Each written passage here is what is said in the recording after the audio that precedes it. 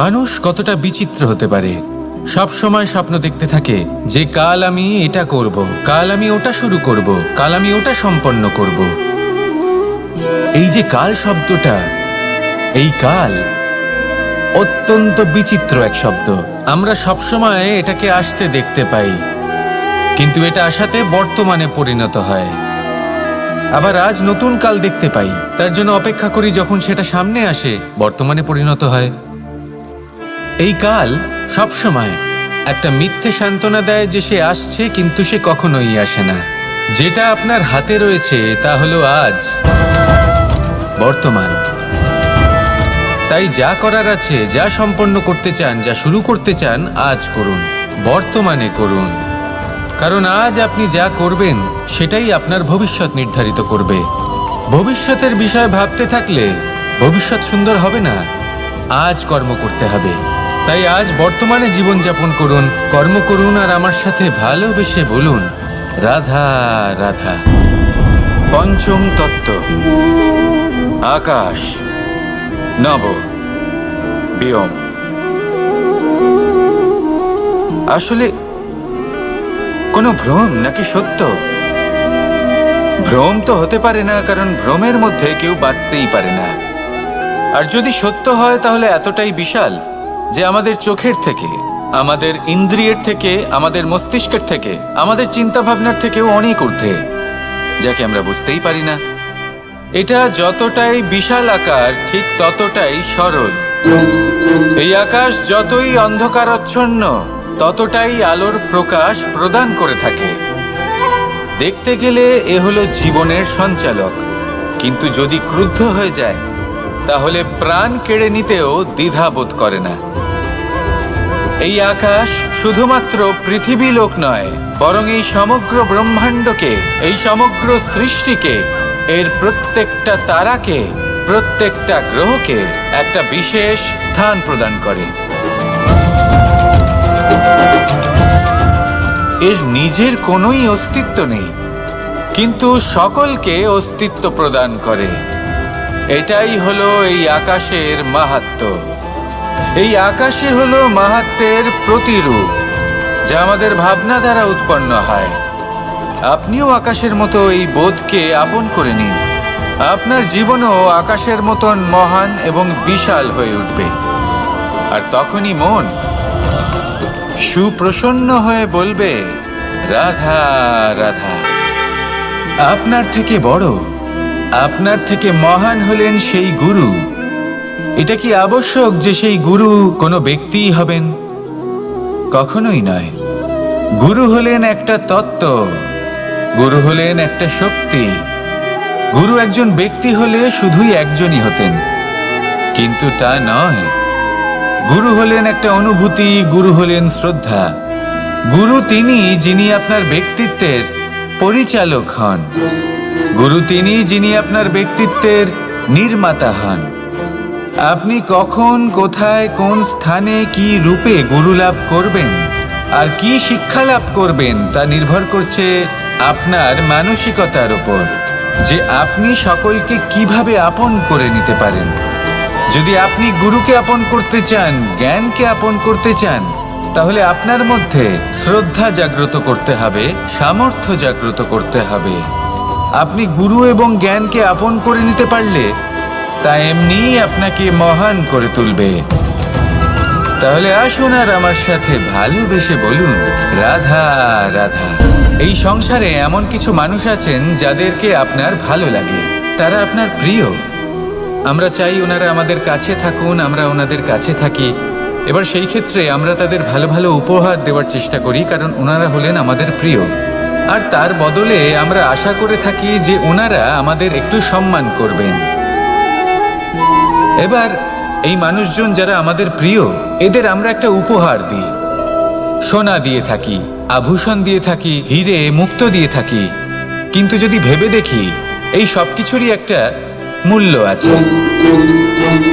ভেবে দেখুন, আপনি কি তাদের এমন কোনো উপহার দিতে পারেন যা কিনা অমূল্য? তা এরকম উপহার কি হতে পারে? ঠিক ঠিক বলেছেন আপনি, প্রেম। এই প্রেমই হলো অমূল্য, কারণ মন থেকে এর উৎপত্তি হয়। না চেয়ে পাওয়া যায় আর না ছিনিয়ে নেওয়া যায় এই ভালোবাসা। ঠিক এইরকমই হয় এই সম্মান। যদি সম্মান করো তাহলে মন থেকে এবং ভালোবেসে করো, ভয় পেয়ে নয়। মনে রাখবেন, যে মাথা ভয়ের দ্বারা নত হয়, বিরোধিতাও প্রথমে সেই করে থাকে। যে মাথা ভালোবেসে নত হয় তা আপনার জন্য বলিদানও দিতে পারে। এই সংসারের সব থেকে বড় উপহার, সব থেকে বড় বরদান এই প্রেম এবং সম্মান। তাকে সম্মান করুন আর আমার সাথে ভালোবেসে বলুন, রাধা রাধা। কখনো কোনো চাতককে দেখেছেন? একটা চাতক বর্ষার জন্য অপেক্ষা করে। সেই বর্ষার জলে নিজের তৃষ্ণা নিবারণ করে, নয়তো সারা বছর তৃষ্ণার্ত থেকে যায়। ও আকাশের দিকে তাকিয়ে থাকে আর অপেক্ষা করে যে কবে বর্ষা হবে আর কবে আমি আমার তৃষ্ণা নিবারণ করব। সেখানে অন্যদিকে একটি কাক বা একটা পায়রা, এরা কি করে? যেখানে জল পায় পান করে নেয়, যেখানে খাবার পায় খেয়ে নেয়, আত্মীয় স্বজন বন্ধু বান্ধব যাকেই পায় তার সাথে সময় কাটায়, খাবার খায় আর চলে যায়। এবার এদের মধ্যে মিল কোথায় আর পার্থক্য কোথায়? দুজনের কাছেই ডানা রয়েছে, দুজনেই উড়তে পারে। এই আকাশ হলো ওদের, খাবারের দানা ওদের। পার্থক্য হলো তাদের অভিলাষার, পার্থক্য হলো তাদের আকাঙ্ক্ষার, পার্থক্য জীবন যাপনের ধরনের। এবার যত বেশি আকাঙ্ক্ষা থাকবে, যত দামি জীবনযাপন করার ইচ্ছে থাকবে, তত বেশি কষ্ট আপনাকে সহ্য করতে হবে।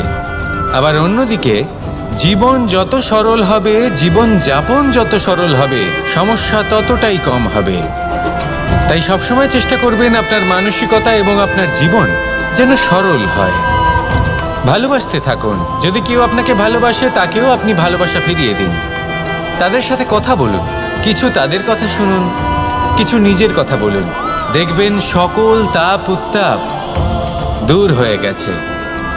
এটাই তো হলো জীবনের সারমর্ম। তাই প্রেমে থাকুন, ভালোবাসুন, আর ভালোবেসে আমার সাথে বলুন, রাধা রাধা। ক্ষমা একটা অত্যন্ত সুন্দর শব্দ, আমার খুব প্রিয় শব্দ। কিন্তু এই ক্ষমা কখন আর কিভাবে প্রয়োগ করতে হবে সেটা বোঝা প্রয়োজনীয়। এক, যদি আপনি কোনো অন্যায় করেন আর ক্ষমা না চান, ক্ষমা প্রার্থনা না করেন, ক্ষমা চাওয়া থেকে এড়িয়ে যান, তাহলে তাতে আপনারই ক্ষতি হবে। কিভাবে? ক্ষমা না চাইলে মনের মধ্যে অহংকার জাগ্রত হয়, আর অহংকার তো প্রকৃত অর্থে আমাদের ক্ষতিই করে। দুই, কেউ যদি অপরাধ করেন, আপনার থেকে ক্ষমা না চান, তাহলে তাকে ক্ষমা করবেন না। ক্ষমা হলো অত্যন্ত অমূল্য, আর না চাইতেই কাউকে ক্ষমা দান করা এটা উচিত নয়। তিন, যদি কেউ আপনার সাথে অনুচিত কিছু করেন, অপরাধ করেন, আর আপনার থেকে ক্ষমা চান, তাহলে তাকে ক্ষমা করে দিন।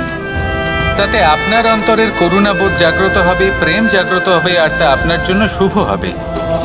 চার, যদি আপনি নিজে কোনো অপরাধ করেন, তাহলে অবশ্যই ক্ষমা চাইবেন। তাতে আপনারই লাভ হবে।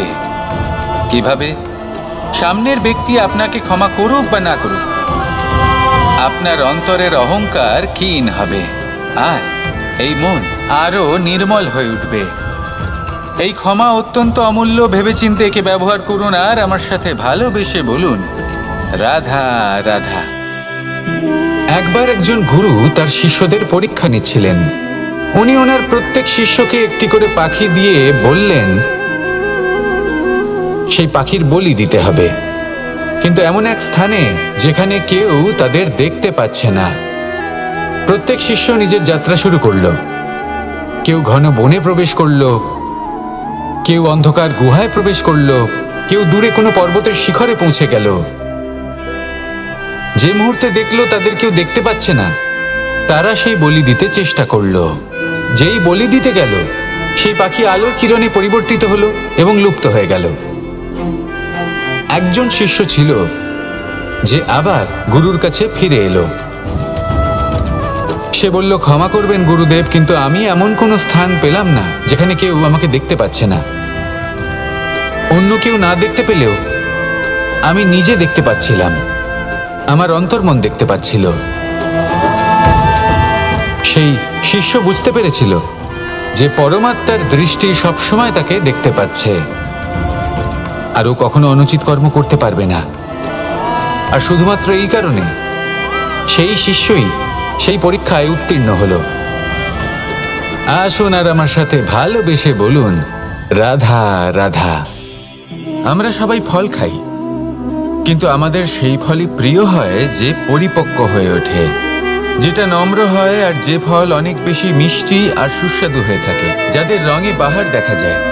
সেইভাবে জীবনে আমরা নানান মানুষের সাথে পরিচিত হই, কিন্তু সেই মানুষই আমাদের মন ছুঁয়ে যায় যারা বিনম্র স্বভাবের, যাদের বাণী খুব মধুর, যাদের অন্তরে আত্মবিশ্বাসের একটা তেজ, একটা রং দেখা যায়। এবার এমন ব্যক্তি আমরা কি করে হব? ঠিক সেইভাবেই যেমন একটা ফল রোদ, বর্ষা, শীত, বায়ু এই সকল সংকটময় পরিস্থিতির সম্মুখীন হয়ে পরিপক্ক হয়ে ওঠে, সেইভাবেই মানুষ সংকটময় পরিস্থিতির সম্মুখীন হয়ে পরিপক্ক হয়ে ওঠেন। যদি এই সংকটের সম্মুখীন হন তাহলে অভিজ্ঞ হবেন, আর এই অভিজ্ঞতাই শিক্ষা দিয়ে যাবে। এই অভিজ্ঞতা আমাদের শিখিয়ে দেয় যে আমাদের বিনম্র থাকতে হবে। অহংকার করে কোনো লাভ নেই। মধুর বাণীর যে কি মূল্য তা আমরা শিখতে পারি। এই অভিজ্ঞতাই আমাদের বুঝিয়ে দেয় যে উচিত অনুচিত কোনটা, আমাদের দৃষ্টিভঙ্গি তৈরি করে, আর এই দৃষ্টিভঙ্গি দ্বারা আত্মবিশ্বাস জাগ্রত হয়। সেই জন্য জীবনে কখনো বিপদ থেকে দূরে পালাবেন না, সেগুলোর সম্মুখীন হন, অভিজ্ঞতা লাভ করুন, তার থেকে শিক্ষা লাভ করুন, এইভাবেই পরিপক্ক হবেন। আসুন আমার সাথে ভালোবেসে বলুন, রাধা রাধা। মানুষ বর্তমানে নিজের জীবন অতিবাহিত করেন, কিন্তু তার জীবনে অতীতকাল এবং ভবিষ্যৎকাল এই দুটোরই সমান গুরুত্ব রয়েছে। অতীতকাল অতিবাহিত হয়ে গেছে এবং সেটা জীবিত থাকে আমাদের স্মৃতি হিসেবে, এবং ভবিষ্যৎ হলো সেটাই যেটা আমরা শুধুমাত্র কল্পনাই করতে পারি। এবার অতীতের কিছু স্মৃতি এমন থাকে যা আমাদের কাছে আনন্দময় হয় না, তা কটু হয়, দুঃখজনক হয়, যন্ত্রণাদায়ক হয়। আমরা যা কিছুই করি তা বদলে ফেলতে পারবো না, কিন্তু ভবিষ্যৎকাল সেটা আমরা রচনা অবশ্যই করতে পারি, যদি আজ আমরা শ্রেষ্ঠ কর্ম করি। যদি আজকের এই দিনটা আমরা আনন্দের সাথে অতিবাহিত করি, সুখের সাথে অতিবাহিত করি, এক একটা মুহূর্ত আমরা আনন্দ এবং ভালোবাসার সাথে অতিবাহিত করি, আপনার আজকের এই কর্ম আপনার ভবিষ্যৎ নির্ধারণ করবে। আজ আপনি যেভাবে জীবন কাটাবেন তা ভবিষ্যতে গিয়ে অতীতকালে পরিণত হবে, আর তখন আপনি এমন স্মৃতি খুঁজে পাবেন যেখানে আপনি প্রত্যেকটি মুহূর্ত প্রেম এবং আনন্দের সাথে অতিবাহিত করেছেন, এবং সেই স্মৃতি মধুর হবে। তাহলে আজ শ্রেষ্ঠ এবং উচিত কর্ম করুন, আপনি নিশ্চিত রূপে একটি উজ্জ্বল, শুদ্ধ, পবিত্র এবং আনন্দময় ভবিষ্যৎ লাভ করবেন। আসুন আমার সাথে ভালোবেসে বলুন, রাধা রাধা। এই সংসারে অনেক অনেক এমন জ্ঞানী আছেন যারা নিজের সমস্ত জীবন জ্ঞান অর্জন করতে অতিবাহিত করেছেন। এই সংসারে এমন কোনো বেদ নেই, কোনো পুরাণ নেই, কোনো শাস্ত্র নেই, কোনো ভাষা নেই যা ওনারা জানেন না। এমন কোনো বিষয় নেই যা নিয়ে ওনারা কোনো বক্তব্য রাখতে পারবেন না। কিন্তু আমরা এই সকল জ্ঞানীকে কি ভালোবাসতে পারি? এনাদের সকলকে সম্মান করতে পারি না।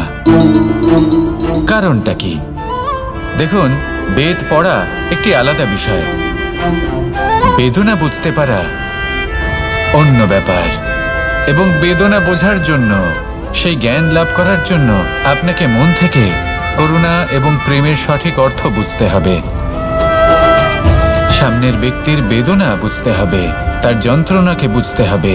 তারপর যে জ্ঞান আপনি অর্জন করেছেন বেদ থেকে, পুরাণ থেকে, শাস্ত্র থেকে, তা প্রয়োগ করে তার বেদনার নিবারণ করা, সেটা বেশি গুরুত্বপূর্ণ। সেই জন্য জীবনে শুধুমাত্র শাস্ত্র এবং বেদ পড়ে জ্ঞান অর্জন করতে সময় নষ্ট করবেন না। মন থেকে প্রেমের কি অর্থ সেই বিষয়ে জ্ঞান লাভ করার চেষ্টা করুন, করুণাও বুঝতে চেষ্টা করুন।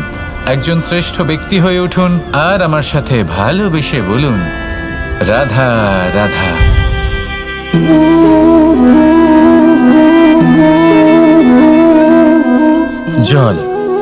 এই সংসারের সমস্ত প্রধান তত্ত্বের মধ্যে একটি। এই জল যে কোনো জ্বালা দূর করে, আগুনকে নিভিয়ে দেওয়ার ক্ষমতা রাখে, অবিরল অবিচল ভাবে প্রবাহিত হতে পারে, একে কেউ বাধা দিতে পারে না।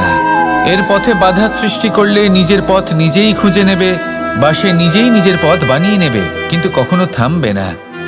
এই জল হলো মহান, আর এর একটা মহান গুণ আছে, এর নিজস্ব কোনো রং নেই। কিন্তু যখন মেঘ থেকে বৃষ্টিরূপে পৃথিবীতে ঝরে পড়ে, তখন সমস্ত সংসারকে রঙিন করে তোলে।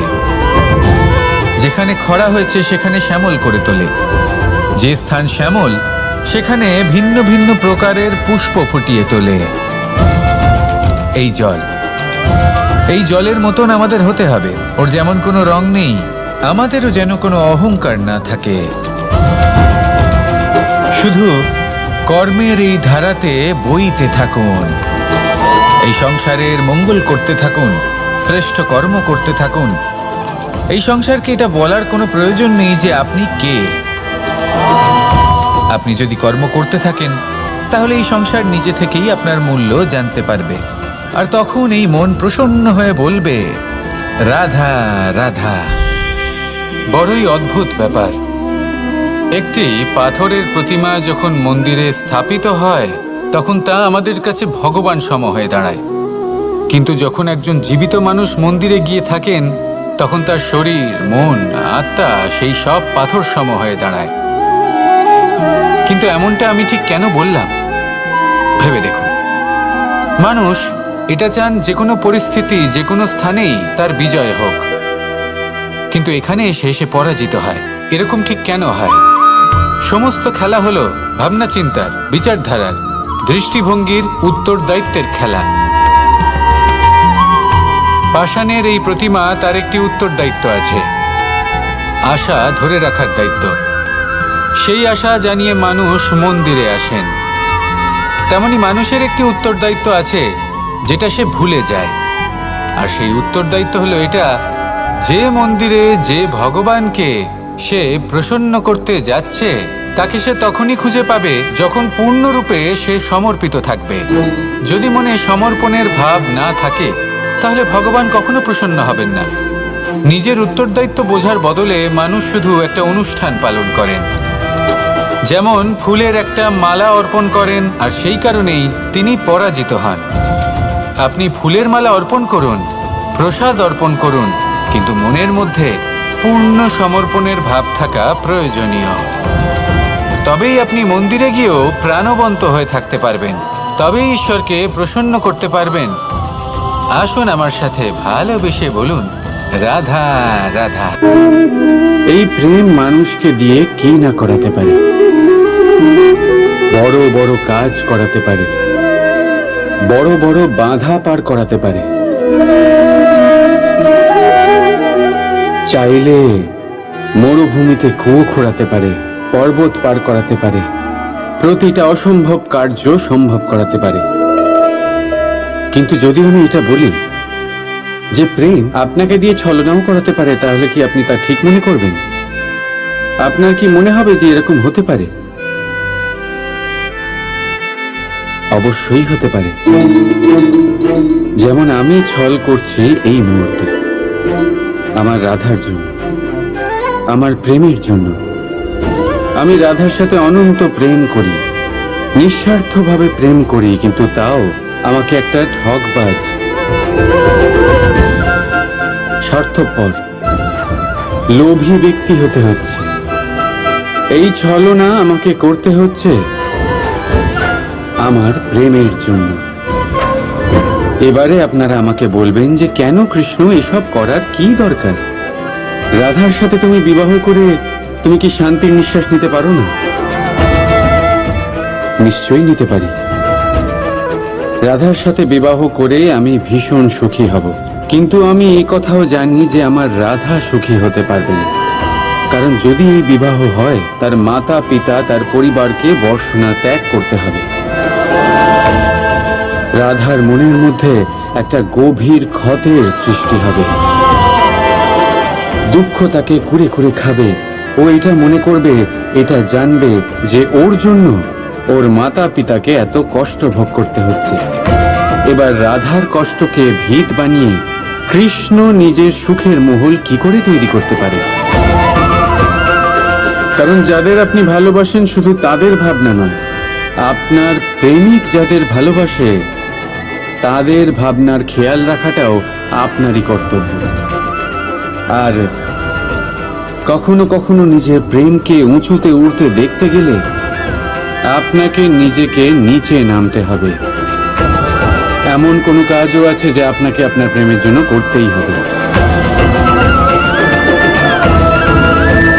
রাধা রাধা।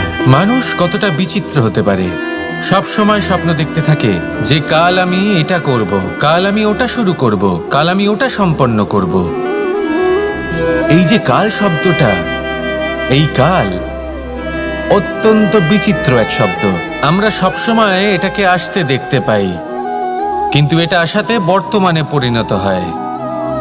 আবার আজ নতুন কাল দেখতে পাই, তার জন্য অপেক্ষা করি যখন সেটা সামনে আসে, বর্তমানে পরিণত হয়। এই কাল সবসময় একটা মিথ্যে সান্ত্বনা দেয় যে সে আসছে, কিন্তু সে কখনোই আসে না। যেটা আপনার হাতে রয়েছে তা হলো আজ, বর্তমান। তাই যা করার আছে, যা সম্পন্ন করতে চান, যা শুরু করতে চান, আজ করুন, বর্তমানে করুন। কারণ আজ আপনি যা করবেন সেটাই আপনার ভবিষ্যৎ নির্ধারিত করবে। ভবিষ্যতের বিষয় ভাবতে থাকলে ভবিষ্যৎ সুন্দর হবে না। আজ কর্ম করতে হবে। তাই আজ বর্তমানে জীবনযাপন করুন, কর্ম করুন, আর আমার সাথে ভালোবেসে বলুন রাধা রাধা। পঞ্চম তত্ত্ব, আকাশ, নব, ব্যোম। আসলে কোনো ভ্রম নাকি সত্য? ভ্রম তো হতে পারে না, কারণ ভ্রমের মধ্যে কেউ বাঁচতেই পারে না। আর যদি সত্য হয় তাহলে এতটাই বিশাল যে আমাদের চোখের থেকে, আমাদের ইন্দ্রিয়ের থেকে, আমাদের মস্তিষ্কের থেকে, আমাদের চিন্তা ভাবনার থেকেও অনেক ঊর্ধ্বে, যাকে আমরা বুঝতেই পারি না। এটা যতটাই বিশাল আকার, ঠিক ততটাই সরল। এই আকাশ যতই অন্ধকারাচ্ছন্ন, ততটাই আলোর প্রকাশ প্রদান করে থাকে। দেখতে গেলে এ হলো জীবনের সঞ্চালক, কিন্তু যদি ক্রুদ্ধ হয়ে যায় তাহলে প্রাণ কেড়ে নিতেও দ্বিধা বোধ করে না। এই আকাশ শুধুমাত্র পৃথিবী লোক নয়, বরং এই সমগ্র ব্রহ্মাণ্ডকে, এই সমগ্র সৃষ্টিকে, এর প্রত্যেকটা তারাকে, প্রত্যেকটা গ্রহকে একটা বিশেষ স্থান প্রদান করে। এর নিজের কোনোই অস্তিত্ব নেই, কিন্তু সকলকে অস্তিত্ব প্রদান করে। এটাই হলো এই আকাশের মাহাত্ম্য। এই আকাশই হলো মাহাত্ম্যের প্রতিরূপ, যা আমাদের ভাবনা দ্বারা উৎপন্ন হয়। আপনিও আকাশের মতো এই বোধকে আপন করে নিন। আপনার জীবনও আকাশের মতন মহান এবং বিশাল হয়ে উঠবে। আর তখনই মন সুপ্রসন্ন হয়ে বলবে রাধা রাধা। আপনার থেকে বড়, আপনার থেকে মহান হলেন সেই গুরু। এটা কি আবশ্যক যে সেই গুরু কোনো ব্যক্তিই হবেন? কখনোই নয়। গুরু হলেন একটা তত্ত্ব, গুরু হলেন একটা শক্তি। গুরু একজন ব্যক্তি হলে শুধুই একজনই হতেন, কিন্তু তা নয়। গুরু হলেন একটা অনুভূতি, গুরু হলেন শ্রদ্ধা। গুরু তিনি যিনি আপনার ব্যক্তিত্বের পরিচালক হন। গুরু তিনি যিনি আপনার ব্যক্তিত্বের নির্মাতা হন। আপনি কখন, কোথায়, কোন স্থানে, কি রূপে গুরু লাভ করবেন আর কি শিক্ষা লাভ করবেন তা নির্ভর করছে আপনার মানসিকতার উপর, যে আপনি সকলকে কিভাবে আপন করে নিতে পারেন। যদি আপনি গুরুকে আপন করতে চান, জ্ঞানকে আপন করতে চান, তাহলে আপনার মধ্যে শ্রদ্ধা জাগ্রত করতে হবে, সামর্থ্য জাগ্রত করতে হবে। আপনি গুরু এবং জ্ঞানকে আপন করে নিতে পারলে তা এমনিই আপনাকে মহান করে তুলবে। তাহলে আসুন আর আমার সাথে ভালোবেসে বলুন রাধা রাধা। এই সংসারে এমন কিছু মানুষ আছেন যাদেরকে আপনার ভালো লাগে, তারা আপনার প্রিয়। আমরা চাই ওনারা আমাদের কাছে থাকুন, আমরা ওনাদের কাছে থাকি, এবার সেই ক্ষেত্রে আমরা তাদের ভালো ভালো উপহার দেওয়ার চেষ্টা করি, কারণ ওনারা হলেন আমাদের প্রিয়। আর তার বদলে আমরা আশা করে থাকি যে ওনারা আমাদের একটু সম্মান করবেন। এবার এই মানুষজন যারা আমাদের প্রিয়, এদের আমরা একটা উপহার দিই। সোনা দিয়ে থাকি, আভূষণ দিয়ে থাকি, হিরে মুক্তো দিয়ে থাকি। কিন্তু যদি ভেবে দেখি, এই সব কিছুরই একটা মূল্য আছে। ভেবে দেখুন, আপনি কি তাদের এমন কোনো উপহার দিতে পারেন যা কিনা অমূল্য? তা এরকম উপহার কি হতে পারে? ঠিক বলেছেন আপনি, প্রেম। এই প্রেমই হলো অমূল্য, কারণ মন থেকে এর উৎপত্তি হয়। না চেয়ে পাওয়া যায় আর না ছিনিয়ে নেওয়া যায় এই ভালোবাসা। ঠিক এইরকমই হয় এই সম্মান। যদি সম্মান করো তাহলে মন থেকে এবং ভালোবেসে করো, ভয় পেয়ে নয়। মনে রাখবেন, যে মাথা ভয়ের দ্বারা নত হয়, বিরোধিতাও প্রথমে সেই করে থাকে। যে মাথা ভালোবেসে নত হয়, তা আপনার জন্য বলিদানও দিতে পারে।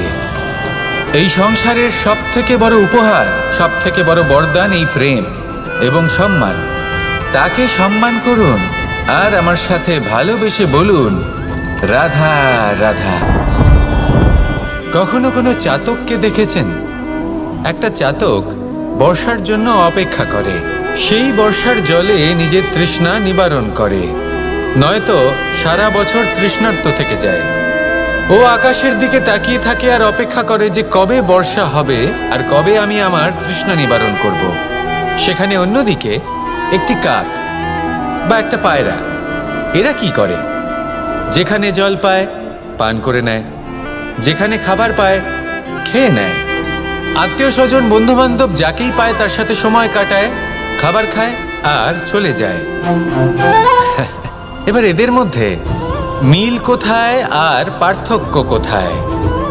দুজনের কাছেই ডানা রয়েছে, দুজনেই উড়তে পারে। এই আকাশ হলো ওদের, খাবারের দানা ওদের।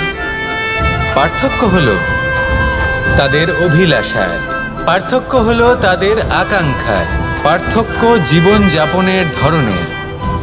এবার যত বেশি আকাঙ্ক্ষা থাকবে, যত দামি জীবনযাপন করার ইচ্ছে থাকবে, তত বেশি কষ্ট আপনাকে সহ্য করতে হবে। আবার অন্যদিকে জীবন যত সরল হবে, জীবনযাপন যত সরল হবে, সমস্যা ততটাই কম হবে। তাই সবসময় চেষ্টা করবেন আপনার মানসিকতা এবং আপনার জীবন যেন সরল হয়। ভালোবাসতে থাকুন। যদি কেউ আপনাকে ভালোবাসে, তাকেও আপনি ভালোবাসা ফিরিয়ে দিন। তাদের সাথে কথা বলুন, কিছু তাদের কথা শুনুন, কিছু নিজের কথা বলুন। দেখবেন সকল তাপ উত্তাপ দূর হয়ে গেছে। এটাই তো হলো জীবনের সারমর্ম। তাই প্রেমে থাকুন, ভালোবাসুন, আর ভালোবেসে আমার সাথে বলুন, রাধা রাধা। ক্ষমা একটা অত্যন্ত সুন্দর শব্দ, আমার খুব প্রিয় শব্দ। কিন্তু এই ক্ষমা কখন আর কিভাবে প্রয়োগ করতে হবে সেটা বোঝা প্রয়োজনীয়। এক, যদি আপনি কোনো অন্যায় করেন আর ক্ষমা না চান, ক্ষমা প্রার্থনা না করেন, ক্ষমা চাওয়া থেকে এড়িয়ে যান, তাহলে তাতে আপনারই ক্ষতি হবে। কিভাবে? ক্ষমা না চাইলে মনের মধ্যে অহংকার জাগ্রত হয়, আর অহংকার তো প্রকৃত অর্থে আমাদের ক্ষতিই করে। দুই, কেউ যদি অপরাধ করেন, আপনার থেকে ক্ষমা না চান, তাহলে তাকে ক্ষমা করবেন না। ক্ষমা হলো অত্যন্ত অমূল্য, আর না চাইতেই কাউকে ক্ষমা দান করা এটা উচিত নয়। তিন, যদি কেউ আপনার সাথে অনুচিত কিছু করেন, অপরাধ করেন, আর আপনার থেকে ক্ষমা চান, তাহলে তাকে ক্ষমা করে দিন। তাতে আপনার অন্তরের করুণাবোধ জাগ্রত হবে, প্রেম জাগ্রত হবে, আর তা আপনার জন্য শুভ হবে। চার, যদি আপনি নিজে কোনো অপরাধ করেন, তাহলে অবশ্যই ক্ষমা চাইবেন। তাতে আপনারই লাভ হবে। কিভাবে? সামনের ব্যক্তি আপনাকে ক্ষমা করুক বা না করুক, আপনার অন্তরের অহংকার ক্ষীণ হবে, আর এই মন আরো নির্মল হয়ে উঠবে। এই ক্ষমা অত্যন্ত অমূল্য। ভেবেচিন্তে একে ব্যবহার করুন আর আমার সাথে ভালোবেসে বলুন, রাধা রাধা। একবার একজন গুরু তার শিষ্যদের পরীক্ষা নিচ্ছিলেন। উনি ওনার প্রত্যেক শিষ্যকে একটি করে পাখি দিয়ে বললেন, সেই পাখির বলি দিতে হবে, কিন্তু এমন এক স্থানে যেখানে কেউ তাদের দেখতে পাচ্ছে না। প্রত্যেক শিষ্য নিজের যাত্রা শুরু করলো। কেউ ঘন বনে প্রবেশ করলো, কেউ অন্ধকার গুহায় প্রবেশ করলো, কেউ দূরে কোনো পর্বতের শিখরে পৌঁছে গেল। যে মুহূর্তে দেখলো তাদের কেউ দেখতে পাচ্ছে না, তারা সেই বলি দিতে চেষ্টা করলো। যেই বলি দিতে গেল, সেই পাখি আলোর কিরণে পরিবর্তিত হলো এবং লুপ্ত হয়ে গেল। একজন শিষ্য ছিল যে আবার গুরুর কাছে ফিরে এলো। সে বলল, ক্ষমা করবেন গুরুদেব, কিন্তু আমি এমন কোনো স্থান পেলাম না যেখানে কেউ আমাকে দেখতে পাচ্ছে না। অন্য কেউ না দেখতে পেলেও আমি নিজে দেখতে পাচ্ছিলাম, আমার অন্তর্মন দেখতে পাচ্ছিল। সেই শিষ্য বুঝতে পেরেছিল যে পরমাত্মার দৃষ্টি সবসময় তাকে দেখতে পাচ্ছে, আর ও কখনো অনুচিত কর্ম করতে পারবে না। আর শুধুমাত্র এই কারণে সেই শিষ্যই সেই পরীক্ষায় উত্তীর্ণ হলো। আসুন আর আমার সাথে ভালোবেসে বলুন, রাধা রাধা।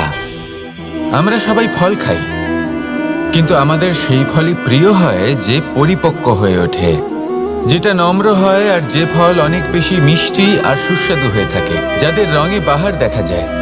সেইভাবে জীবনে আমরা নানান মানুষের সাথে পরিচিত হই, কিন্তু সেই মানুষই আমাদের মন ছুঁয়ে যায় যারা বিনম্র স্বভাবের, যাদের বাণী খুব মধুর, যাদের অন্তরে আত্মবিশ্বাসের একটা তেজ, একটা রং দেখা যায়।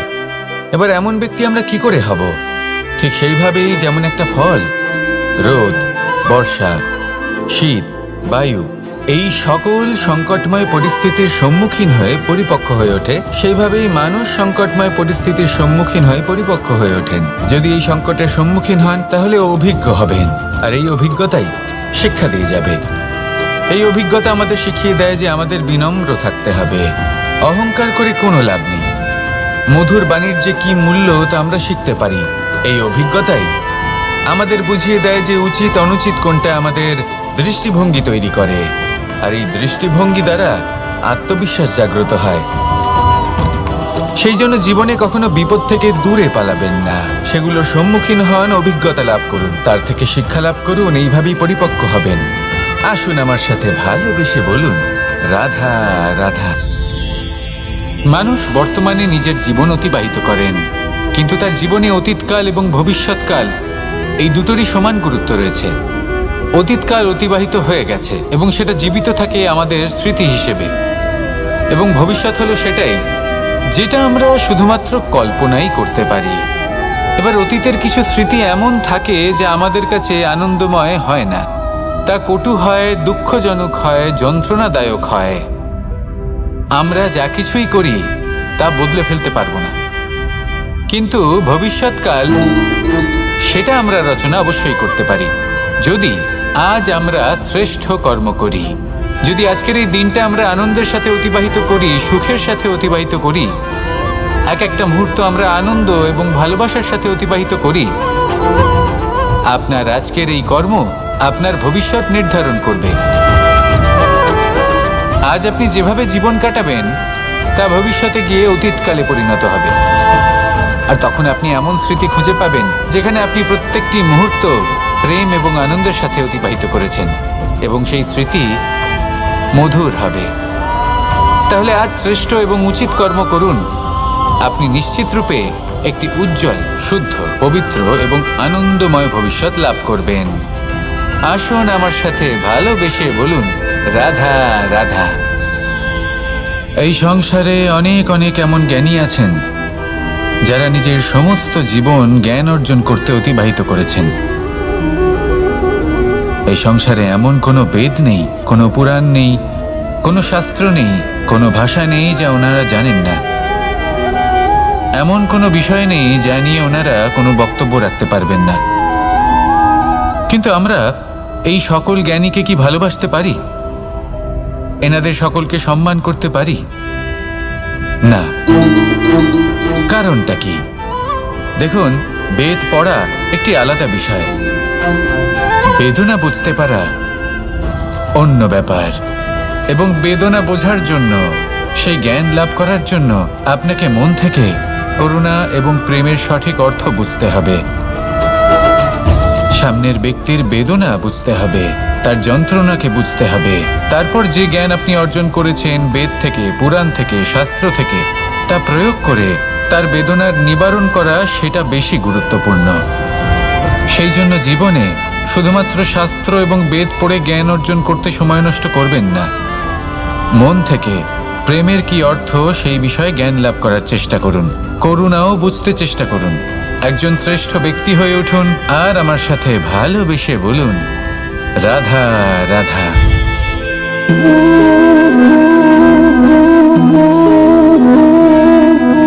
জল এই সংসারের সমস্ত প্রধান তত্ত্বের মধ্যে একটি। এই জল যে কোনো জ্বালা দূর করে, আগুনকে নিভিয়ে দেওয়ার ক্ষমতা রাখে, অবিরল অবিচল ভাবে প্রবাহিত হতে পারে, একে কেউ বাধা দিতে পারে না। এর পথে বাধা সৃষ্টি করলে নিজের পথ নিজেই খুঁজে নেবে বা সে নিজেই নিজের পথ বানিয়ে নেবে, কিন্তু কখনো থামবে না। এই জল হলো মহান, আর এর একটা মহান গুণ আছে, এর নিজস্ব কোনো রং নেই। কিন্তু যখন মেঘ থেকে বৃষ্টিরূপে পৃথিবীতে ঝরে পড়ে, তখন সমস্ত সংসারকে রঙিন করে তোলে। যেখানে খরা হয়েছে সেখানে শ্যামল করে তোলে, যে স্থান শ্যামল সেখানে ভিন্ন ভিন্ন প্রকারের পুষ্প ফুটিয়ে তোলে। এই জল, এই জলের মতন আমাদের হতে হবে। ওর যেমন কোনো রং নেই, আমাদেরও যেন কোনো অহংকার না থাকে।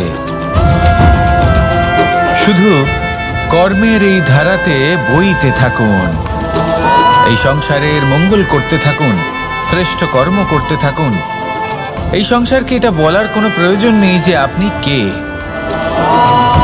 আপনি যদি কর্ম করতে থাকেন তাহলে এই সংসার নিজে থেকেই আপনার মূল্য জানতে পারবে, আর তখন এই মন প্রসন্ন হয়ে বলবে, রাধা রাধা। বড়ই অদ্ভুত ব্যাপার, একটি পাথরের প্রতিমা যখন মন্দিরে স্থাপিত হয় তখন তা আমাদের কাছে ভগবান সম হয়ে দাঁড়ায়। কিন্তু যখন একজন জীবিত মানুষ মন্দিরে গিয়ে থাকেন তখন তার শরীর, মন, আত্মা সেই সব পাথর সম হয়ে দাঁড়ায়।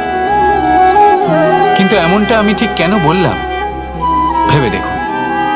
মানুষ এটা চান যে কোনো পরিস্থিতি, যে কোনো স্থানেই তার বিজয় হোক, কিন্তু এখানে এসে সে পরাজিত হয়। এরকম ঠিক কেন হয়? সমস্ত খেলা হলো ভাবনা চিন্তার, বিচারধারার, দৃষ্টিভঙ্গির, উত্তরদায়িত্বের খেলা। পাষাণের এই প্রতিমা, তার একটি উত্তরদায়িত্ব আছে, আশা ধরে রাখার দায়িত্ব। সেই আশা জানিয়ে মানুষ মন্দিরে আসেন। তেমনি মানুষের একটি উত্তরদায়িত্ব আছে যেটা সে ভুলে যায়, আর সেই উত্তরদায়িত্ব হলো এটা, যে মন্দিরে যে ভগবানকে সে প্রসন্ন করতে যাচ্ছে তাকে সে তখনই খুঁজে পাবে যখন পূর্ণরূপে সে সমর্পিত থাকবে। যদি মনে সমর্পণের ভাব না থাকে তাহলে ভগবান কখনো প্রসন্ন হবেন না। নিজের উত্তরদায়িত্ব বোঝার বদলে মানুষ শুধু একটা অনুষ্ঠান পালন করেন, যেমন ফুলের একটা মালা অর্পণ করেন, আর সেই কারণেই তিনি পরাজিত হন। আপনি ফুলের মালা অর্পণ করুন, প্রসাদ অর্পণ করুন, কিন্তু মনের মধ্যে পূর্ণ সমর্পণের ভাব থাকা প্রয়োজনীয়। তবেই আপনি মন্দিরে গিয়েও প্রাণবন্ত হয়ে থাকতে পারবেন, তবেই ঈশ্বরকে প্রসন্ন করতে পারবেন। আসুন আমার সাথে ভালোবেসে বলুন, রাধা রাধা। এই প্রেম মানুষকে দিয়ে কি না করাতে পারে, বড় বড় কাজ করাতে পারে, বড় বড় বাধা পার করাতে পারে। চাইলে মরুভূমিতে কুয়ো খোঁড়াতে পারে, পর্বত পার করাতে পারে, প্রতিটা অসম্ভব কার্য সম্ভব করাতে পারে। কিন্তু যদি আমি এটা বলি যে প্রেম আপনাকে দিয়ে ছলনাও করাতে পারে, তাহলে কি আপনি তা ঠিক মনে করবেন? আপনার কি মনে হবে যে এরকম হতে পারে? অবশ্যই হতে পারে। যেমন আমি ছল করছি এই মুহূর্তে আমার রাধার জন্য, আমার প্রেমের জন্য। আমি রাধার সাথে অনন্ত প্রেম করি, নিঃস্বার্থভাবে প্রেম করি, কিন্তু তাও আমাকে একটা ঠকবাজ, স্বার্থপর, লোভী ব্যক্তি হতে হচ্ছে। এই ছলনা আমাকে করতে হচ্ছে আমার প্রেমের জন্য। এবারে আপনারা আমাকে বলবেন যে কেন কৃষ্ণ এসব করার কি দরকার? রাধার সাথে তুমি বিবাহ করে তুমি কি শান্তির নিঃশ্বাস নিতে পারো না? নিশ্চয়ই নিতে পারি। রাধার সাথে বিবাহ করে আমি ভীষণ সুখী হব, কিন্তু আমি এই কথাও জানি যে আমার রাধা সুখী হতে পারবে না। কারণ যদি এই বিবাহ হয়, তার মাতা পিতা তার পরিবারকে বর্ষনা ত্যাগ করতে হবে। রাধার মনের মধ্যে একটা গভীর ক্ষতের সৃষ্টি হবে। দুঃখ তাকে কুরে কুরে খাবে। ও এটা মনে করবে, এটা জানবে যে ওর জন্য ওর মাতা পিতাকে এত কষ্ট ভোগ করতে হচ্ছে।